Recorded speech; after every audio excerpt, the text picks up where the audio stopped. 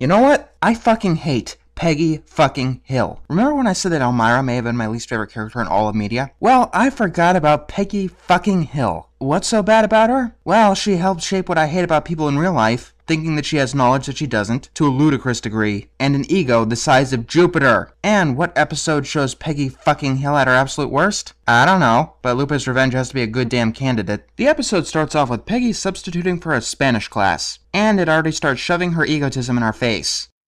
You're just a sub. You can't give extra credit. Well, no, not towards your grade. But you will get credit with me. And those Peggy points add up. Whoopity fucking do. She's required to substitute the next day, but unfortunately that day the Spanish club has a field trip to Mexico, and somehow she convinces the director of the language department to let her go on that field trip. Oh, and there's a running gag where Peggy calls the actual teacher a drunk, and eventually convinces herself about it, because this episode is desperately trying to prove me wrong in the statement that I cannot possibly hate Peggy fucking Hill more than I already do. Later that night, the Hill family is having tacos. Hank tries to convince Peggy not to go down to Mexico because her Spanish needs work. No, that doesn't quite sum it up. The only way she could have possibly gotten her job is by sleeping with someone, blackmailing him, and threatening him at gunpoint, all at the same time. You'd learn better Spanish from Dora the Explorer than you'd learn from her. I get that that's the joke, but it's not even remotely funny, especially because this show depends on not bending the laws of probability. The next day, she hands Bobby a script that is once again there to bolster her own ego, and a Spanish-English dictionary falls out of Bobby's backpack. She takes offense to that, calls herself a Spanish-English dictionary, and throws the book in the trash. Bobby, if you ever marry a Spanish teacher, and you probably will, never doubt her enormous gifts. Unless she's a blithering idiot. On to the B-plot. Hank gets stopped by a female cop. They chat a bit, and it's clear that she's flirting with him. Moving on. Bobby reads out his script, and thank God no one indulges her bloated ego trip. Then she instructs everyone on the bus to only speak Spanish, including the goddamn bus driver. A teacher who doesn't speak a lick of coherent Spanish, forcing students to only speak in a language that they barely comprehend in a country that has Spanish as its primary language. I can't see what could possibly go wrong. Oh, and by the way, why the hell is Bobby in the Spanish club? Last time I checked, he didn't care about extracurriculars. Favor? I don't speak no languages. Then I will teach you. Why? Why do you want to teach the bus driver? Why? Back to the B-plot. Hank's friends tell him that the cop was flirting with him. Moving on. And because Peggy was reading the directions in Spanish, she gets them lost. She requested the bus stop, and then they let a guy on. Safety protocols? What's that? It's not like that guy could be a wanted fugitive. You know, a thief, a murderer, or God knows what else. Use that fucking P you call a brain. Oh, perfecto. We are going to follow him and show the kids a day in the life of a real Mexicano, huh? You and Minty should have a stupid contest. Because, you know, I legitimately don't know who the hell would win. Actually, I think I do. Miss Sockter over there would at least know not to let a stranger on their goddamn vehicle. The guy doesn't turn out to be a murderer, he turns out to be a butcher. Of course, she thinks that he's going to a carnival. Yes, both of those words in Spanish start with a C. But how the fuck do you mix those two up? I guess that's nothing compared to the fact that she's actually convinced that the butcher shop is a carnival. What the hell kind of carnival is this? Well, it's a poor village.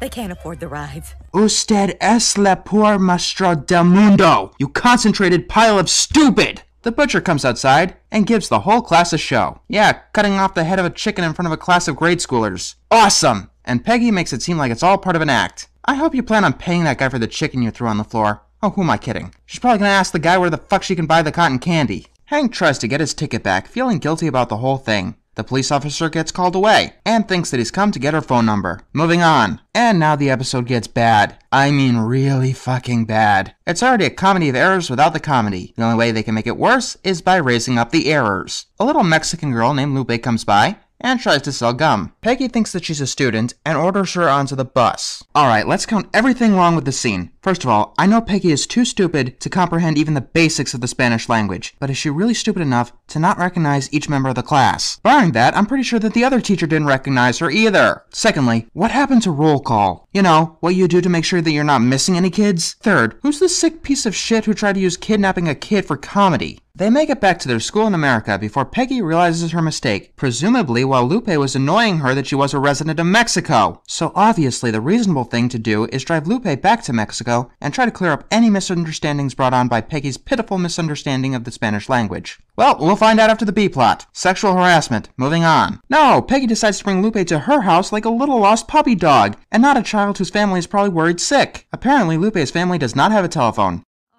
She refuses to call home because her family hates her. Why weren't you fired the second you started teaching? I was afraid of this.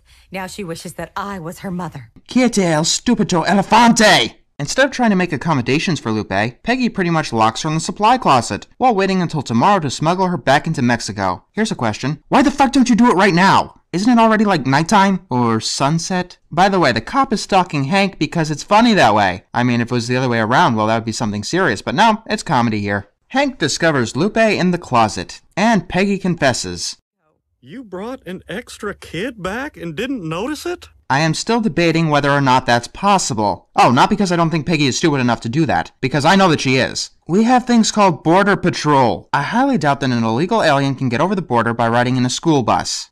I am taking her back first thing in the morning. And how are you going to smuggle her across the border past the border control? By the way, this episode came out in 2001. December of 2001. Peggy somehow gets Lupe across the border past border patrol and goes to the exact same poor village that they got lost to the previous day. Peggy tries to bask in the people's thanks. Do not worship me. Worship my actions. But they call her a kidnapper, because she is. It doesn't matter if she meant to or not, she still ended up kidnapping. I'll be sure to build a monument to your incredible stupidity and set it on fire. Luckily, Peggy gets arrested.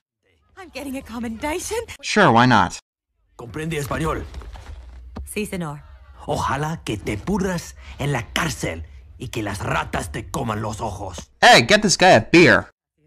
Un teléfono por lame mi esposo, por favor. Wait a fuck. She does know the Spanish word for telephone. Then how the fuck did she butcher the phrase earlier? Consistency, please! She calls up Hank and learns that she's being arrested. And it's about fucking time, too. Hank decides to go down to Mexico and passes by the cop. Sexual harassment, moving on. What, am I supposed to feel sad for you because he didn't entertain your unwanted advances? So, Peggy is on trial, and by some spectacular miracle, she actually got a decent state-appointed lawyer in Mexico. He's going with the argument that Peggy accidentally transported the minor across borders. I'm pretty sure that that's still a crime. That has to be some kind of crime. Negligence, maybe. Or perhaps incomprehensible stupidity. Oh, and by the way, this is the part of the episode that really gets me. The lawyer wants to convince the judge of Peggy's poor Spanish.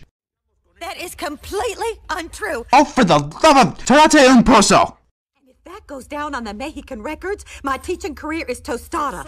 You are not qualified for the job to begin with. If you can't do the job to begin with, there's no way in hell that you should be allowed to work at that job unless you're applying for a goddamn government job.